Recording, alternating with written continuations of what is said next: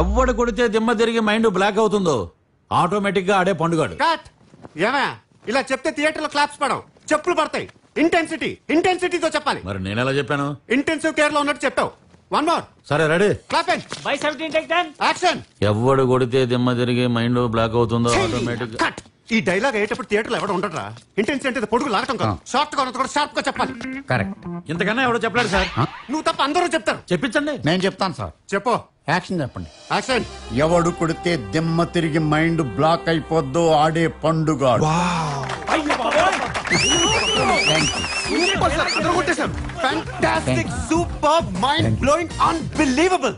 ఇదిరా ఇంటెన్సిటీ అంటే, ఇదిరా మాడ్యులేషన్ అంటే, ఇదిరా డిక్షన్ అంటే, ఇదిరా హీరోయిజం అంటే. బాబు మీకు మీ సినిమాకు నమస్కారం. ఈ ముసలోడితో సినిమా తీసుకోండి, బోల్డ్ వేరియేషన్ ఇస్తాడు. నువ్వేం చెప్పక్కర్లా, ఇంతో తీసి ఇట్టుకో. సార్ ఆవేశం ఏదో కమిట్ అయిపోయాను. ఇంతకు మీకు ఇంట్రెస్ట్ ఉందా?